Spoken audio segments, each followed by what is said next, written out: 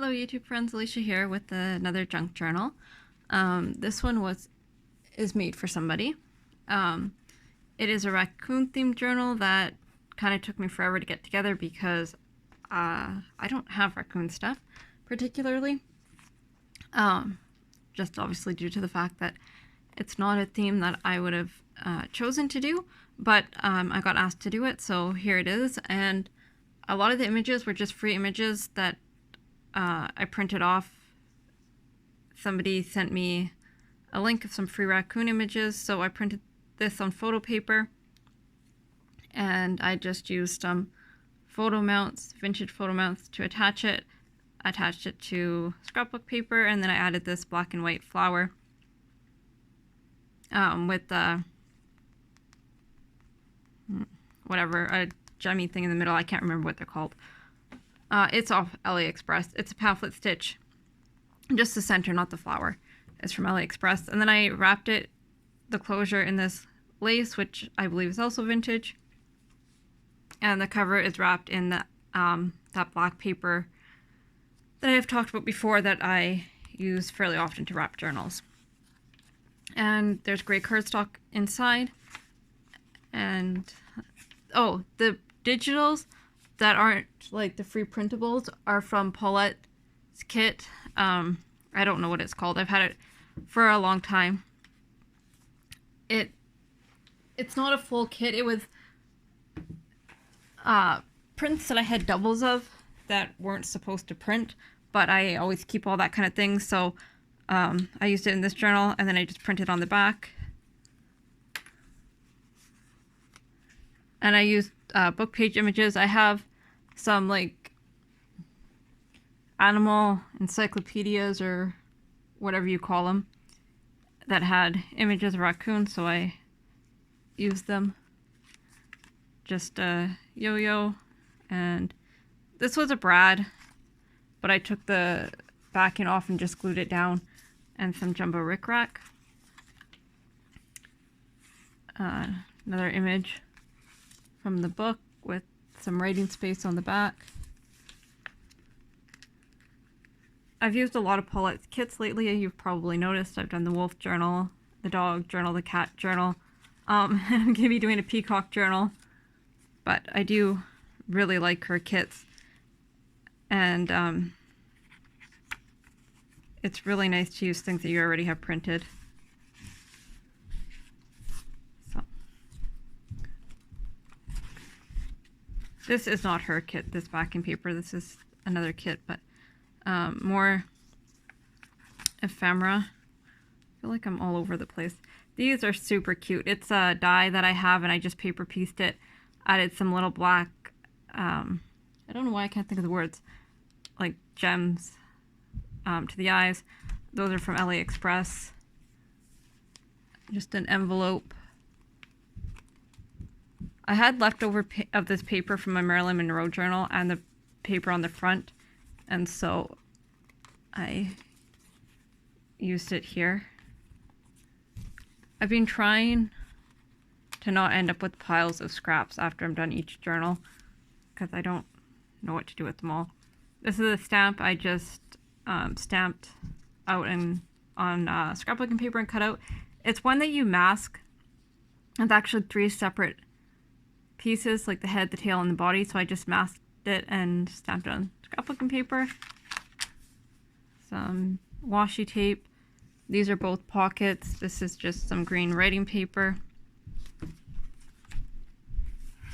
I use this backing paper all the time. It's from a different kit. It's from the mushroom kit, I believe, that Paulette has. And I've never actually done anything with that kit other than use the backing paper, which that in itself has made buying the kit worth it for me because I use it all the time. Another book image. This is just a layered envelope. I used cut-offs and some cardstock. There's nothing inside.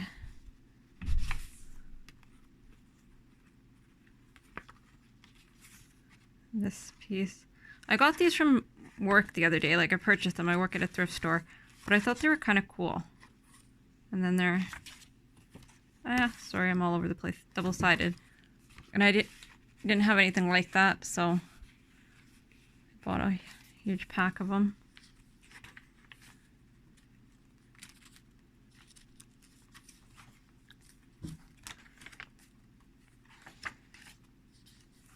It's not super embellished. It will be used for writing as well as pictures. And like I said, I didn't have a lot of raccoon stuff. Like if it would have been a woodland theme, that would be much easier because I have like fox and squirrel and bunnies and all that kind of thing. And I like woodland. But raccoon, I didn't have a lot of. This flips up. This is just the full page from the book. And I want to include it all. I like that image. So I was really happy to use up a bunch of the printables I had printed already. I had like 10 sheets of them that I didn't know what to do with.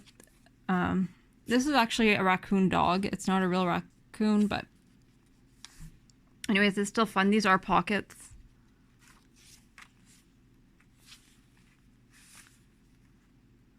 Raccoon swimming, and it's backed.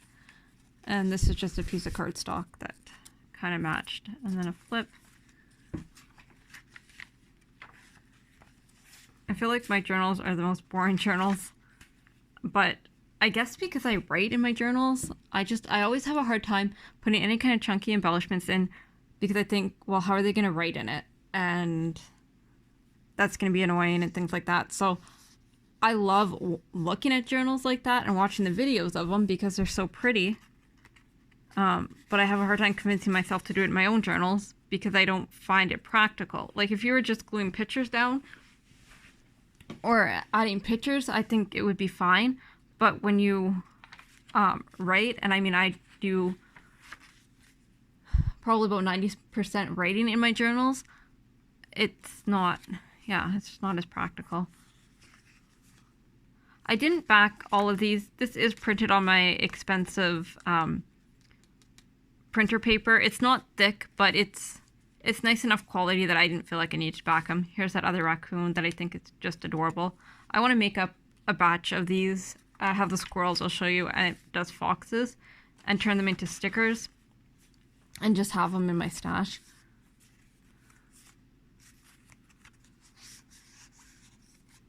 So the nice thing about doing this journal too is if I do a woodlands journal, I'll have all these raccoon images on my computer files.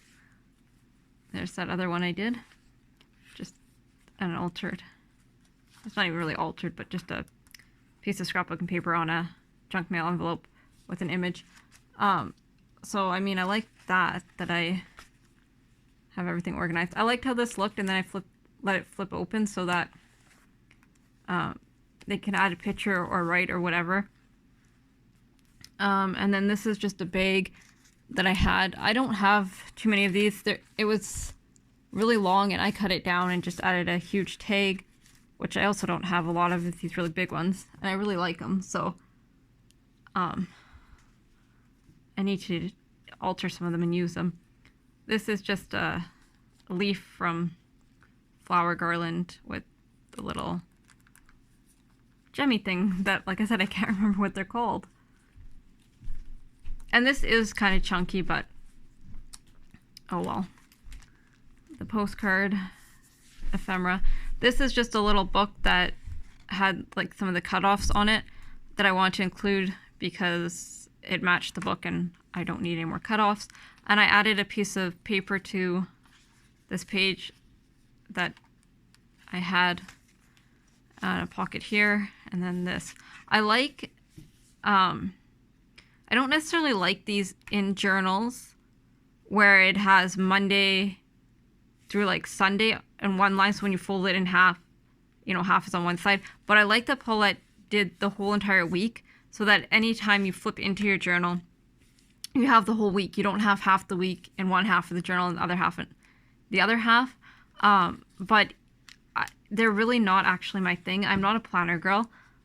But yes, like I said, I do much prefer having the whole week on one side, as opposed to the other way. So If you like that kind of thing, she has a couple kits that have that. And then the back page with the raccoon, and that is that. And then I'm just going to show you the little tiny squirrels I made because they are just adorable. They're one die with the raccoon, the squirrel, and the fox. And so rather than just waste the other dies that it cut, I created these as well. And like I said, I'm going to do some stickers. I have the sticker sheets from Alina Craft on AliExpress. And I think these would just be adorable, especially made up. Like, the thing with journals like this is you don't have specific things made up generally in a raccoon theme. So I couldn't just go into my stash and, you know, take whatever I wanted. But, yeah, I'm going to make some up, do some of the stamping, and have that in my stash so that next time I do, like, a woodlands or a nature journal, it's just ready to go. Anyways, I hope you enjoyed this journal flip. Let me know what you think, and I'll talk to y'all soon.